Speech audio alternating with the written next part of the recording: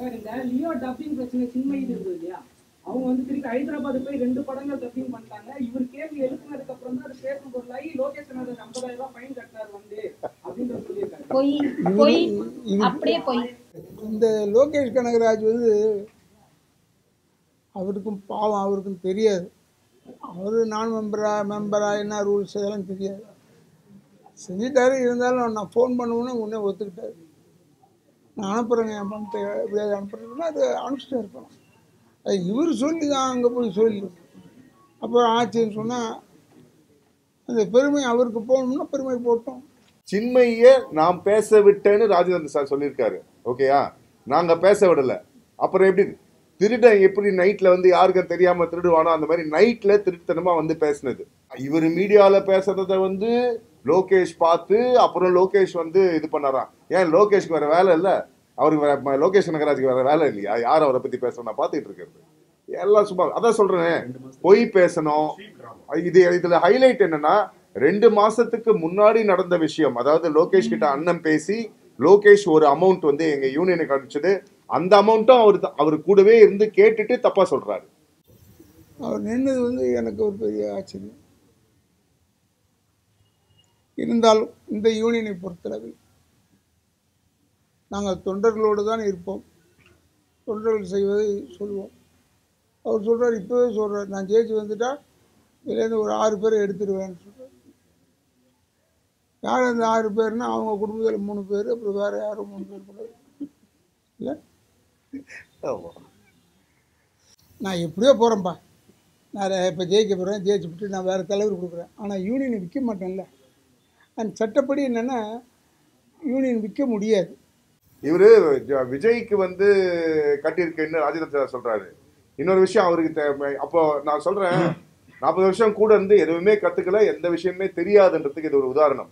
அவங்க 2 பேருக்கும், ஸ்ருதி ஹாசனுக்கும் சரி கார்த்திக்குக்கும் சரி, இந்த அவங்க சேர்ந்ததுல இருந்து இந்த அத்தனை வருஷமும் நான் 200 ரூபாய் கட்டிட்டு இருக்கேன் சந்தா. என்ன அவங்களால சந்தா கட்ட முடியாதுன்னு கட்டுறேன் நான் கிடையாது. இது ஒரு பெருமை, எங்களுக்கு இருக்கிற பெருமை. யாருக்காக? சங்கத்துக்காகவும் வந்து ஓட்டு போடுங்கன்னு நாங்க சொல்லுவோம். ஓகே, வர வேண்டியது அவங்களுடைய உரிமையும் கடமையும். போய் கையை பிடிச்சி நிறுத்த வர முடியாதுல்ல, சொல்றதுதான் நம்மளால முடியும். நான் ஜெயிச்சு உள்ள போய் உட்கார்ந்ததுக்கு அப்புறம் தான் அதை பத்தி எல்லாம் தெரிஞ்சுக்க முடியும் அப்படின்றாரு. இவ்வளவு நாள் என்ன அவர் குடல் ஜெயிலே உட்கார்ந்து இருந்தாரு? கமிட்டியில தானே உட்கார்ந்து இருந்தாரு. இவரோட சொந்த புத்தியில பேசல, இது பின்னாடி இருந்து ஒருத்தன் எடுத்து கொடுத்துக்கிட்டு இருக்கான். ஓகே, அதுதான் இவர் பேசிட்டு இருக்காரு. எங்க மெம்பர்ஸ் தெரியும் அது யாருன்னு நான் சொல்லிக்கிட்டு இருக்கேன். இப்போ இந்த தடவை நடக்கிற தேர்தலில், டப்பிங் யூனியன் தேர்தலில்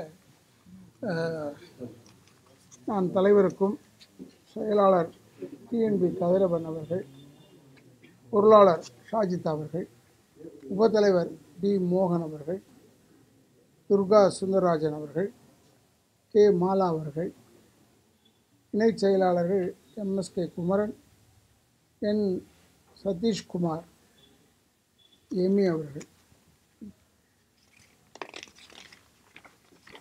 செயற்குழு உறுப்பினர்களாக விசி Jayamani, EMS Muralidharan, HR Muralidharan, Bharathi Raja, Shankar, Bhuvaneswari, Krishnakumar, R Prabhakaran, Vinod Sagar, Shibu, Yogalakshmi, Yamuna, மது, சோபனா. மொத்த வாக்குகள் 1645. மொத்த வாக்குகள் 1645 இருக்கும்போது இவ்வளோ பெரிய போராட்டம். இன்னும் அதிகமாகிடுச்சுன்னா இன்னும் போராட்டமாக இருக்கும்னு நினைக்கிறேன். இனியும் போராட்ட காலங்களில் ஒதுக்கி விடாமல் எதிர்த்து தான் நிற்கணும். ஏன்னா எனக்கு வேறு ஒரு வருத்தம் இல்லை. வரைக்கும் நான் வந்து எதிரிகளை பார்த்திருக்கிறேன், ஆனால் துரோகிகளை இந்த தேர்தலில் பார்க்கிறேன். அது ஆச்சரியமாக இருக்கு. ஏன் நின்னாங்கன்றது எனக்கு தெரியல.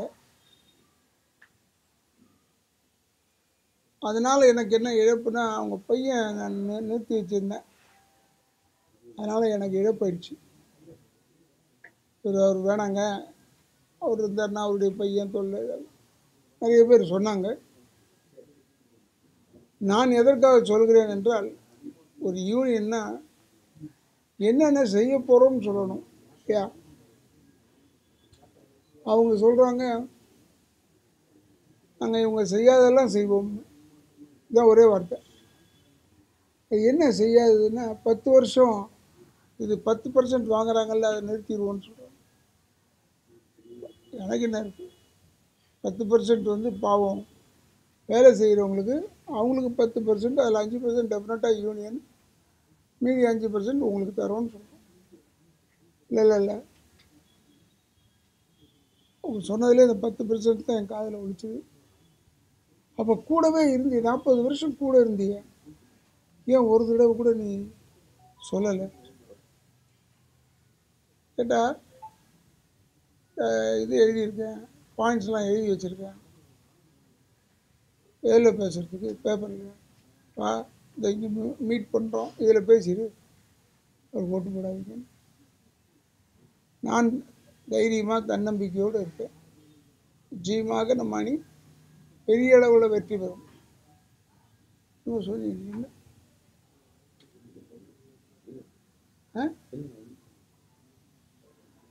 இருந்தாலும் நாங்கள் எல்லாமே புது முகத்தை கொஞ்சம் பேர் நிறுத்துகிறோம், பழைய முகத்தை கொஞ்சம் பேர் நிறுத்துகிறோம். யாரும் சொல்லிவிடக்கூடாது. இன்ட்ரெஸ்ட் இருக்கிறவங்கள நான் சேர்த்துருக்கேன், இன்ட்ரெஸ்ட் இல்லாதவங்கள நான் சேர்த்தது கிடையாது. ஆனால் இதனால் என்ன பெரிய இழப்பு, அவன் மூஞ்சி பேச முடியல, தேர்தல் வரைக்குமாவது பேச முடியல, அதுக்காக வருத்தப்பட வேண்டியதாக இருக்கு. நல்ல நண்பன், 40 ஆண்டு கால நண்பன், ஏதோ ஒரு பட்டு இருக்கும். ஏன் நம்ம தலைவராக நின்று, என்ன தலைவராக நின்று நான் ஆஸ்பத்திரியில் படுத்திருக்கும் போதெல்லாம் வந்தார், பேசினார். டைம் இருக்கு அதுக்கே இப்போவே அவசரப்படணும்னு சொல்லிட்டு கடைசியில் வந்து பொசுக்க நின்றுட்டார். அவர் நின்னது வந்து எனக்கு ஒரு பெரிய ஆச்சரியம். இருந்தாலும் இந்த யூனியனை பொறுத்தளவில் நாங்கள் தொண்டர்களோடு தான் இருப்போம், தொண்டர்கள் செய்வதை சொல்லுவோம். அவர் சொல்கிறார், இப்போவே சொல்கிறார், நான் ஜெயிச்சு வந்துட்டா இதுலேருந்து ஒரு 6 பேரை எடுத்துடுவேன்னு சொல்கிறார். யார் அந்த 6 பேர்னா, அவங்க குடும்பத்தில் 3 பேர், அப்புறம் வேறு யாரும் 3 பேர் கூட இல்லை. அதனால் நம்ம அப்படிலாம் இல்லாமல் நமக்குள் உழைக்கக்கூடியவர்கள் இந்த 2 ஆண்டுகள் வைத்துத்தான் செய்ய வேண்டும், செயல்பட வேண்டும். கூட சொல்லியிருக்கேன், தேர்தல் ரிசல்ட் முடிஞ்சவுடனே முதல் வேலையாக யார் யாருக்கு என்னென்ன தேவை ஏற்கனவே நோட் பண்ணி வச்சுருக்காங்க, என்னென்ன தேவை. அதனால் அந்தளவுக்கு நாங்கள் துரிதமாக தான் பணி செய்து கொண்டிருக்கிறோம். Human wants cannot be satisfied. நம்முடைய தேவைகளை வந்து பூர்த்தி செய்ய முடியாது யாருமே, ஆனால் அந்த தேவைகளை ஓரளவுக்கு அது பூர்த்தி செய்கிறோம். என் கூடவே பக்கத்திலே உட்கார்ந்துக்கிட்டு இப்படி பண்ணிட்டாரு என்றது வருத்தம் என்று சொல்லி, இதில் நாங்கள் நிச்சயமாக வெற்றி அடைவோம். எங்கள் லிஸ்ட்டை உங்களுக்கு படிச்சிருக்கேன். நாங்கள் வெற்றி பெறுவதற்கு நீங்கள் உறுதுணையாக இருக்க வேண்டும், அதுதான் மிக முக்கியம். போங்க, அவர்கிட்டையும் கேளுங்க, அவரும் ஏதாவது கொடுப்பாரு. ஆச்சரியமாக இருக்கிறது என்று சொல்லி, இந்த முறையும் எனக்கு வாக்களித்து ராதா ரவி தலைமையிலான யூனியன் கம்ப்ளீட்டாக வெற்றி வந்தது. இதை சொன்னதான் எனக்கு சந்தோஷம் என்று சொல்லி விடைபெறுகிறேன். நன்றி, வணக்கம்.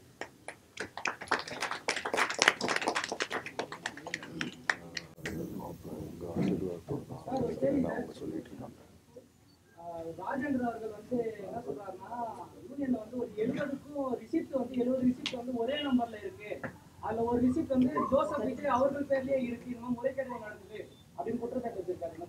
ஓகே, அதுக்கு நான் பதில் சொல்றேன். இப்போ இவர் சொல்றது வந்து எலிஜிபிள் ஓட்டர்ஸ் லிஸ்ட் ஒட்டியிருக்காங்க. ஓகே, எலிஜிபிள் ஓட்டர்ஸ் எதுல இருந்து எடுப்பாங்கன்னா, போன வருஷம் மார்ச் வரைக்கும் கட்டினவங்களுடைய இதுதான் இந்த வருஷம் தேர்தலுக்கு எலிஜிபிள் ஓட்டர்ஸ். இப்போ போன வருஷம் 1 வருஷம் ஆகுது. 1 வருஷம் அப்போ இதெல்லாம் இவர் பார்க்கல. இவர் என்ன பண்ணிட்டு இருந்தாரு? இப்போ இது வந்து இன்னர் சிஸ்டம். நாங்க வந்து எங்க இஷ்டப்படி நாங்க வந்து பில் போட்டுக்கல, ரெசிப்ட் போடல. ஆடிட்டருடைய அட்வைஸ் படி இன்னொரு நீங்க கேட்டது நல்லதா போச்சு. ஹெரான் முரளி இருக்காரு, வரலையா? ஓகே. ஹெரான் ராமசாமி நாடக கலைஞர், அவருடைய மகன் ஹெரான் முரளி எங்க கூட தான் ஆல்ரெடி பாடியில இருந்தாரு, இப்பவும் வந்து அடுத்த பாடியிலயும் இருக்காரு. அவரு கடந்த 4 வருஷமா அவர் என்ன பண்றாருன்னா, ஒவ்வொரு வருஷமும் சந்தா கூட கட்ட முடியாம இருக்காங்கல்ல, அந்த மாதிரி ஆளுங்களுக்கு வந்து நம்ம போடுவோன்ட்டு 15,000 ரூபாய் டொனேட் பண்ணிட்டு இருக்காரு. இது கமிட்டி மீட்டிங்ல தெரியும், அத்தனை மீட்டிங்ல ராஜேந்திரன் சார் இருந்திருக்காரு. ஆனா இதெல்லாம் ஏன் மறந்துட்டாருன்னு தெரியல.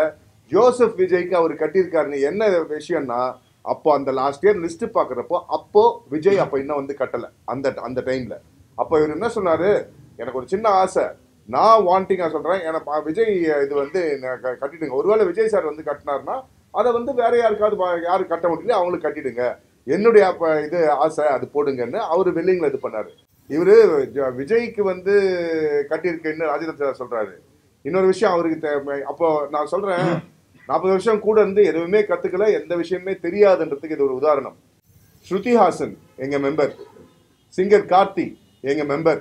அவங்க மெம்பர் ஆனதுல இருந்து அவங்க மெம்பர் ஆகணும்னு மெம்பர் ஆகல, அவங்க ஒரு படத்தை பேசணும்னு வந்தாங்க, மெம்பர் ஆயிட்டு பேசுங்கன்னு தலைவர் சொன்னாங்க, மெம்பர் ஆனாங்க. மெம்பருக்கு வந்து ப்ரொடியூசர் காசு கட்டினாங்க. இவங்களுக்கு மெம்பர் டப்பிங் யூனியன் மெம்பர் ஆகணும்னு ஆசைப்பட்டுலாம் அவங்க வரல, அதனால அதை பத்தி அவங்களுக்கு பெருசா இருக்காது. ஆனால் அவங்க 2 பேருக்கும், ஸ்ருதி ஹாசனுக்கும் சரி கார்த்திக்குக்கும் சரி, இந்த அவங்க சேர்ந்ததுல இருந்து இந்த அத்தனை வருஷமும் நான் 200 ரூபாய் கட்டிட்டு இருக்கேன் சந்தா. என்ன அவங்களால சந்தா கட்ட முடியாதுனால கட்டுறேன் நான் கிடையாது. இது ஒரு பெருமை, எங்களுக்கு இருக்கிற பெருமை. இவங்க எங்க யூனியன் மெம்பருங்க.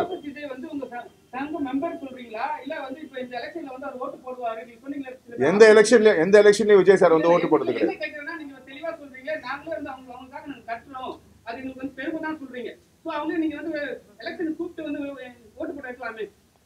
எங்க ஓட்டுங்கிறது அவருடைய உரிமை, ஒவ்வொருத்தருடைய உரிமை, அத கடமை. அது வந்து யாருக்காக, சங்கத்துக்காகவும் வந்து ஓட்டு போடுங்கன்னு நாங்க சொல்லுவோம். ஓகே, நான் வர வேண்டியது அவங்களுடைய உரிமையும் கடமையும். போய் கையை பிடிச்சி நிறுத்தி வர முடியாதுல்ல, சொல்றது தான் நம்மளால முடியும். ஓகே சார், விஜய் சார் வந்து கட்டுறாரு அப்படின்றத குறையா சொல்லல, சரி உண்மையாவே கட்டி இருக்கலாம். அவருடைய கேள்வி என்னன்னா 70 ரிசிப்ட் ஒரே நம்பர்ல இருக்கு. ஆமாங்க, மறுபடியும் சொல்றேன், ஆடிட்டருடைய அட்வைஸ் படி சில விஷயங்கள் இப்படிதான் பண்ணணும்ட்டு நான் சொல்றேன், நாங்களா போட்டுக்கல, இதெல்லாம் ஆடிட்டருடைய அட்வைஸ். ஏன்னா இங்க இருக்கிற கணக்கு ஒவ்வொரு மாசமும் செயற்குழுல சமர்ப்பிக்கிறோம். ஒவ்வொரு மாசமும் அதெல்லாம் பார்த்துட்டு டீட்டெயில்ஸோட பார்த்துட்டு ஓகே பண்ணி தான் ப்ரொசீட் ஆகுது. ஓகே, இது ஆடிட்டர் தான் அந்த மாதிரி போட. ஏன்னா இது டொனேஷன்ல வந்த இது வந்து ஒரே கணக்குல வரணும், இந்த டொனேஷன் அமௌண்ட்ல வரணும். இல்லைன்னா டபுள் என்ட்ரி வரும், இப்படி போடுங்கன்னு ஆடிட்டர் அட்வைஸ்ல தான் இது பண்ணுது. உள்ள வந்து கேட்டா தெரியுங்க, வெளியில இருந்து பேசினா எதுவுமே தெரியாது. தெருவில் இறங்கி டப்பிங் யூனியன் பத்தி டீடைல்ஸ் வேணும்னா டப்பிங் யூனியனுக்குள்ள தான் வந்து இது கேட்டதான் தெரியும். இப்போ இது கூட போன மாச கமிட்டி மீட்டிங் வரைக்கும் கூட ராஜேந்திரன் அங்கதான் இருந்தாரு. அவருக்கு எல்லா விஷயமும் தெரியும், எல்லாரோட ஒப்புதல்லையும் தான் எல்லாமே நடக்குது. இந்த கேள்வி அவர் அப்ப கேட்டிருக்கலாமே, இப்ப எதுக்கு கேக்குறாரு? ஏன்னா தெரியல. இல்ல யாருகிட்டயும் அவர் வந்து கேட்கலங்க, யாருகிட்டயும் அவர் வந்து கேட்கல, உங்ககிட்ட தான் கேட்டாரு. இன்டர்வியூ கொடுக்கும் போது ஒரு விஷயம் சொல்றாரு, ஒரே ஒரு பத்திரிகையாளர் தான் இருக்காங்க, அவர் கேக்குறாரு, எங்க உள்ள பணம் கையாடல் ஏதாவது நடந்திருக்குமா அப்படின்னு கேக்குறாரு. அதுக்கு அவர் பதில் சொல்றாரு, நான் ஜெயிச்சு உள்ள போய் உட்கார்ந்ததுக்கு அப்புறம் தான் அதை பத்தி எல்லாம் தெரிஞ்சுக்க முடியும் அப்படின்றாரு. இவ்வளவு நாள் என்ன அவர் குடல் ஜெயிலே உட்கார்ந்து இருந்தாரு, கமிட்டியில தான் உட்கார்ந்து இருந்தாரு. சார் உங்க கேள்விக்கு நீங்க கேட்டுட்டு இருக்கீங்க, உங்க கேள்விக்கு ஷார்ட்டா பதில் சொல்றேன். இதெல்லாம் என்னன்னா, அண்ணன் வந்து என்ன தலைவர்னு சொன்னார்ல, அவர் நினைச்சிட்டு இருந்தாரு அவரை தலைவர்னு சொல்லுவாருன்னு, சொல்லல அப்படின்னு எதிரில போய் நின்னுட்டாரு. சோ நின்னுட்டதுக்கு அப்புறம் என்ன பண்றது, நான் இதெல்லாம் நல்லது பண்ணணும், எல்லா நல்லதையும் பண்ணிட்டு இருக்காரு, ஆல்ரெடி பண்ணிட்டு தான் இருக்கோம். பழி சொல்லணும், என்ன பழி சொல்றது, என்ன இதுக்கு இன்னொன்னு சொல்றேன், இவர் ஒரு சொந்த புத்தியில பேசல, இது பின்னாடி இருந்து ஒருத்தன் எடுத்து கொடுத்துக்கிட்டு இருக்கான். ஓகே, அதுதான் இவர் பேசிட்டு இருக்காரு. எங்க மெம்பர்ஸ் தெரியும் அது யாருன்னு நான் சொல்லிட்டு இருக்கேன். ஓகேயா? சோ ஓரளவுக்கு இதை நான் மறுபடியும் ஆரம்பத்துல சொன்ன மாதிரி அவரு சொன்ன குற்றச்சாட்டுக்கு இங்க விளக்கெல்லாம் சொல்ல வரல, நாங்க சில பொய்களை உடைக்க வந்திருக்கோம், ஒண்ணு சில விஷயங்களை எடுத்து சொல்ல வந்திருக்கோம். அவ்வளவுதான். சார் ராதாரவி சார் வந்து இப்ப வந்து கொஞ்சம் வயது முதுகுனால வந்து அவர் தலைவரா வச்சுட்டு கொஞ்ச நாளுக்கு அப்புறம் அவர் ஜெயிக்க வச்சுட்டு அதுக்கப்புறம் வந்து வேற தலைவர் வந்து உட்கார்ற மாதிரி வந்து ஒரு பேச்சு போயிட்டு இருக்கு. இருங்க வேற தலைவர்னா யாரு? பதில் சொல்றேன் என்னங்க உங்க சைடு தான் நான் சொல்றேன். அதான் கேக்குறேன். இருடா என்ன சொல்றேன்னா அவங்க வந்து அது மாதிரி பேச்சு போயிட்டு இருக்கு. சரி ராதாரவி சார் இல்லன்னா வந்து இந்த சங்கமும் ஒண்ணும் இல்ல, அவங்க உண்மை சொல்றாங்க, சங்கமும் ஒண்ணும் இல்ல, பின்னாடி வர உறுப்பினரும் ஒண்ணும் இல்லன்றாங்க. சரி உங்களோட பதில்? ராதாரவி சார் கோழை இல்லைங்க, ராதாரவி சார் கோழை இல்ல. நான் இப்போ வரேன், நான் வர மாதிரி வரேன், 2 மாசம் கழிச்சதுக்கு அப்புறம் கதிர் நீ வா இல்ல துர்கா நீ வா அப்படின்னு சொல்றதுக்கு அவர் கோழை கிடையாது. அப்படின்னா அவரே நேரடியா சொல்லுவாரு.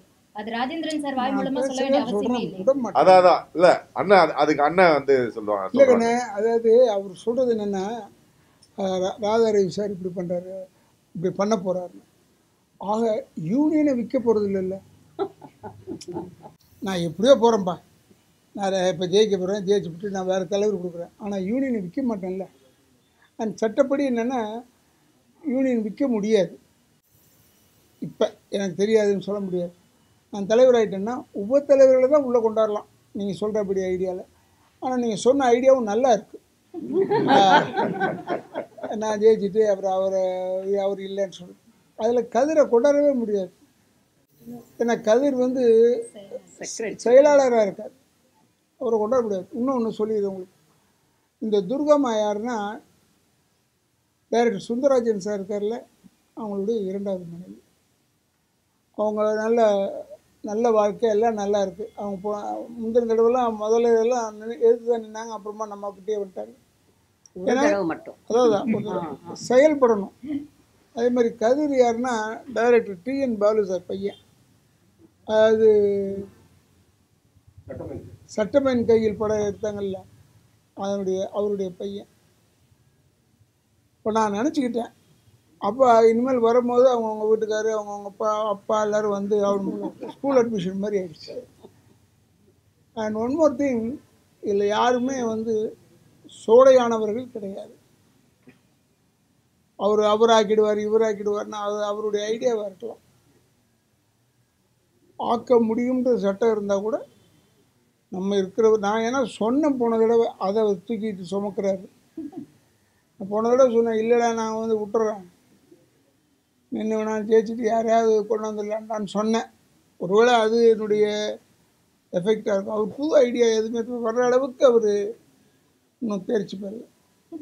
40 வருஷம் நண்பர் சார் அவர் உங்களுக்கு, சரிங்களா? நீங்க பேசி அழகா சார்ட் அவுட் பண்ணி உங்களுக்கு நல்ல நம்பருக்கு வந்து நீங்க வந்து தன்னிச்சையாவே ஒரு தலைவர், ஏற்கனவே நீங்க தான் டப்பிங்னாவே ராதாரவி சார் தான், சரிங்களா? நீங்க அழகா பேசினாவே பிரச்சனை பாதி சால்வ் ஆயிடும் சார். எலெக்ஷன்ல வந்து ஒரு செகண்டரி, அதாவது அழகா எப்படி பேசலாம் பார்த்துட்டு இருந்தேன். யானை குடிச்சிட்டே இருந்தது தண்ணியை, அங்கேருந்து வந்து அவன் இசுக்குன்னு சொல்கிறான், உடனே தண்ணியை கையை கொட்டிடுது. யானைக்கு புரியுது, ஏன் மனுஷனுக்கு புரியலன்னு தெரியல. அதனால் சொல்கிறேன், இப்போ நாய் ஓடி வந்து கிரவுக்கு சொல்லணும்னா ஓடிடுத. அது மாதிரி அவரும் இருக்கலாம். அவர் வந்து இல்லை நான் ஆசீர்வாதம் வாங்கிட்டேன். ஆசீர்வாதம் என்னது பெரிய ஆசீர்வாதம் வாங்க வந்து சொன்னால், நான் நிற்கிறேன்னு சொல்கிறவங்கள நான் நிற்கக்கூடாதுன்னு சொல்லக்கூடாது. அதுதான் பேசிக்காக. அதனால் அவர் நின்னார், அவ்வளோதான். சார் இந்த லியோ டப்பிங் பிரச்சனை சின்மை இருந்தது இல்லையா, அவங்க வந்து திருப்பி ஹைதராபாத் போய் 2 படங்கள் டப்பிங் பண்ணிட்டாங்க. இவர் கேள்வி எழுப்பினதுக்கு அப்புறம் தான் அது பேசும் பொருளாகி லோகேஷ் 50,000 ரூபாய் ஃபைன் கட்டினார் வந்து அப்படின்ற சொல்லியிருக்காரு. அப்படியே போய் ஒரு பேச்சு யாராவது அங்கே வந்து ஒரு மரியாதை தராங்களான்னு பாருங்க. இல்ல இவர் சொல்றது லோகேஷ் கனகராஜ் கட்டுவாரே பணத்தை. நான் பேசுறேன். அதாவது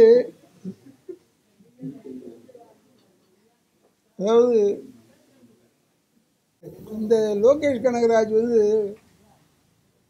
அவருக்கும் பாவம், அவருக்கும் தெரியாது. அவர் நான் மெம்பரா என்ன ரூல்ஸ் இதெல்லாம் தெரியாது. செஞ்சுட்டாரு. இருந்தாலும் நான் ஃபோன் பண்ணுவேன்னு உடனே ஒத்துக்கிட்டாரு. நான் அனுப்புகிறேங்க என் பணத்தை எப்படியாவது அனுப்புறேன்னா அது அனுப்பிச்சிட்டே இருக்கணும். அது இவர் சொல்லி தான் அங்கே போய் சொல்லி அப்புறம் ஆச்சுன்னு சொன்னால் அந்த பெருமை அவருக்கு போகணும்னா பெருமை போட்டோம். எனக்கு ஒன்றும் இல்லை, வந்துருச்சு காசு, யூனியனுக்கு, அவ்வளோதான். எங்கள் அதோட ஓவர். எலெக்ஷனுக்கு ஏதாவது இது சொல்லியிருப்பீங்க, உங்களுக்கு மெம்பர்ஸ்க்கு வந்து என்னென்ன நல்லது பண்ண போறீங்க? இனிமேல் ஒன்றுமே இல்லை வரையா, எல்லாமே பண்ணிட்டு இருக்கோம். நீங்கள் தப்பாக நான் பேசுகிறீங்க.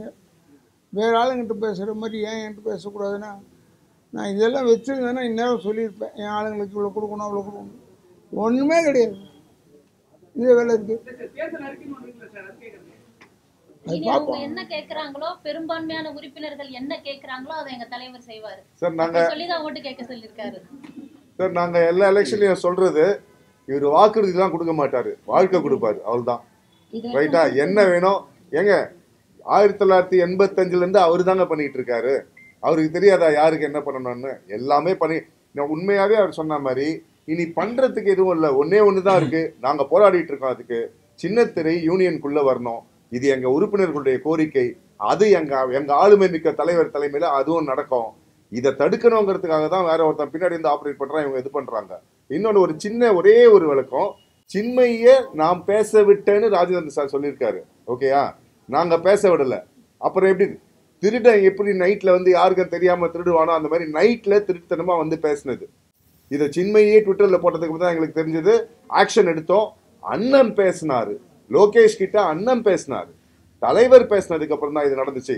உடனே அந்த பெருமையை நான் இவர் மீடியால பேசுறத வந்து லோகேஷ் பார்த்து அப்புறம் லோகேஷ் வந்து இது பண்ணாராம். ஏன் லோகேஷ்க்கு வேற வேலை இல்லை? அவருக்கு லோகேஷ் கனகராஜுக்கு வேற வேலை இல்லையா? யார் அவரை பத்தி பேச நான் பார்த்துட்டு இருக்கிறது எல்லாம் சும்மா. அதான் சொல்றேன், பொய் பேசணும். இதுல ஹைலைட் என்னன்னா, 2 மாசத்துக்கு முன்னாடி நடந்த விஷயம். அதாவது லோகேஷ் கிட்ட அண்ணன் பேசி லோகேஷ் ஒரு அமௌண்ட் வந்து எங்க யூனியனுக்கு அனுப்பிச்சது. அந்த அமௌண்ட்டும் அவரு கூடவே இருந்து கேட்டுட்டு தப்பா சொல்றாரு. ஞாபகம் இல்லை அவருக்கு. சோ ஆத்திரக்காரனுக்கு புத்தி மட்டும்பாங்க, அந்த மாதிரி தப்பு தப்பா பேசுறாரு எல்லாமே.